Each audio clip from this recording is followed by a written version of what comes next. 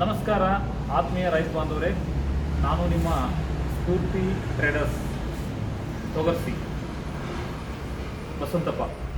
ಇವತ್ತು ಒಂದು ಸಣ್ಣ ವಿಡಿಯೋ ಮಾಡ್ತಿದ್ವಿ. ಎಕ್ಸ್ಪೆಷಲಿ ಅಡಿಕೆ ಬೆಳೆಗಾರರಿಗೆ, ನಮ್ಮ ಸೊರಬ, ಶಿಕಾರಿಪುರ,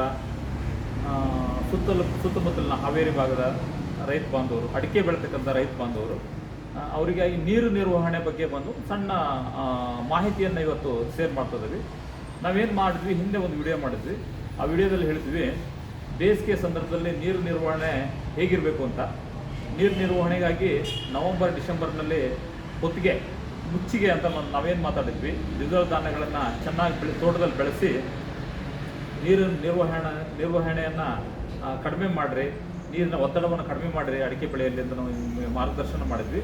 ಹಾಗೆ ನೀವು ಭೂಮಿ, ಕಪ್ಪು ಭೂಮಿ, ಕೆಂಪು ಭೂಮಿ, ಮಸಾರಿ ಭೂಮಿ ಮತ್ತು ಕೆಂಪು ಗೊಚ್ಚು ಮಿಶ್ರಿತ ಭೂಮಿ, ಹೀಗೆ ನಮ್ಮ ಏರಿಯಾದಲ್ಲಿ 4-5 ನಮೂನೆ ಭೂಮಿಯ ವ್ಯತ್ಯಾಸಗಳಿದೆ.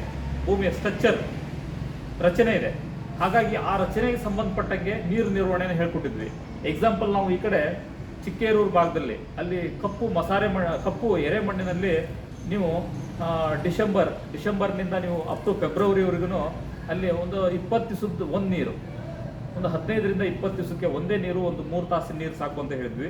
ಅದೇ ನಾವು ಆನೊಟ್ಟಿ ಭಾಗದಲ್ಲಿ ಕೆಲವು ಭೂಮಿಗಳಲ್ಲಿ ಹೇಳಿದ್ವಿ 12ರಿಂದ 13 ದಿವಸಕ್ಕೆ ಒಂದು ನೀರು ಅಂತ ಹೇಳಿದ್ವಿ. ಹಾಗೆ ಈ ಕಡೆ ಸಾಗರ ಮತ್ತು ಸೊರಬ ಬದಿ ಗೊಚ್ಚು ಭೂಮಿಯಲ್ಲಿ ಏನು ಹೇಳಿದ್ವಿ ಅಂದರೆ 8 ದಿವಸಕ್ಕೆ 3 ತಾಸಿನ ನೀರು ಹೇಳಿದ್ವಿ. ಹಾಗೆ ಶಿಕಾರಿಪುರದ ಕೆಲವು ಭಾಗಗಳಲ್ಲಿ 10 ದಿವಸದ ನೀರು, 15 ದಿವಸದ ನೀರು, 15 ದಿವಸಕ್ಕೊಂದು ನೀರು, 10 ದಿವಸಕ್ಕೊಂದು ನೀರು. ಕೆಲವರಿಗೆ ಭಾಳ ಬರ್ಡನ್ ಭೂಮಿ ಅಂತಲ್ಲಿ ಏನು ಹೇಳ್ತೀವಿ ಅಂದರೆ 7 ದಿವಸಕ್ಕೆ 8 ದಿವಸಕ್ಕೆ 3 ತಾಸಿನ ನೀರಿನ ನಿರ್ವಹಣೆಯನ್ನು ಹೇಳ್ಕೊಟ್ಟಿದ್ವಿ ರೈತರಿಗೆ. ಈಗ ಬೇಸಿಗೆ, ಸುಡು ಬೇಸಿಗೆ, ಈಗ ನಾವು ಮಾರ್ಚ್ ತಿಂಗಳ ಅಂತಿಮ ಘಟ್ಟ. ಇವತ್ತು ತಾರೀಕು, ಇವತ್ತು 29 ಇವತ್ತು. ಮಾರ್ಚ್ ಮುಗಿದಂಗೆ ಏಪ್ರಿಲ್ ಶುರುವಾಯಿತು. ಈಗ ಅಲ್ಲಲ್ಲೇ ಸ್ವಲ್ಪ ಮಳೆನೂ ಆಗಿದೆ. ಬಟ್ ಸಿಕ್ಕಾಪಟ್ಟೆ ಟೆಂಪ್ರೇಚರ್, ಈ ವರ್ಷ ಟೆಂಪ್ರೇಚರು ಜಾಸ್ತಿ ಇದೆ.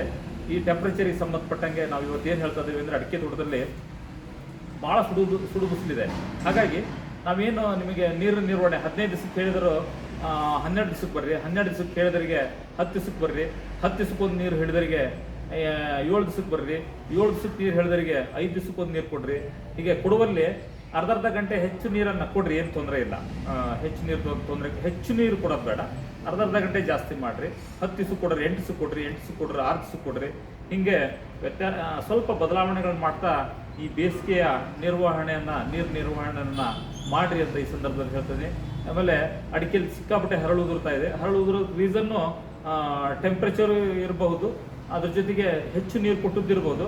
ಯಾರ್ಯಾರು ಹೆಚ್ಚು ನೀರು ಕೊಡ್ತಾ ಇದ್ದೀರಿ ನೀವೇ ಮೀಟರ್ನ ಇಟ್ಕೊಂಡು ಚೆಕ್ ಮಾಡಿ ನೀರನ್ನು ಸ್ವಲ್ಪ ಕಡಿಮೆ ಮಾಡಿದ್ರೆ ಡ್ರಾಪಿಂಗ್ ಕಂಟ್ರೋಲ್ ಆಗುತ್ತೆ ಅಂತ ಈ ಸಂದರ್ಭದಲ್ಲಿ ಹೇಳ್ತಾ, ಇನ್ನೊಂದು ಏಪ್ರಿಲ್, ಮೇ, ಜೂನ್ 15ರವರೆಗೂ ಇನ್ನು 2.5 ತಿಂಗಳು, ಅಂದರೆ ಒಂದು 70 ದಿವಸದ ನೀರು ನಿರ್ವಹಣೆ ಇಂಪಾರ್ಟೆಂಟ್ ಇದೆ. ಈ ಸಂದರ್ಭದಲ್ಲಿ ಚೆನ್ನಾಗಿ ನಿರ್ವಹಣೆ ಮಾಡಿರಿ ಅಂತೇಳಿ ರೈತರಲ್ಲಿ ಕೇಳ್ಕೊಳ್ತದೆ. ನಮಸ್ಕಾರ.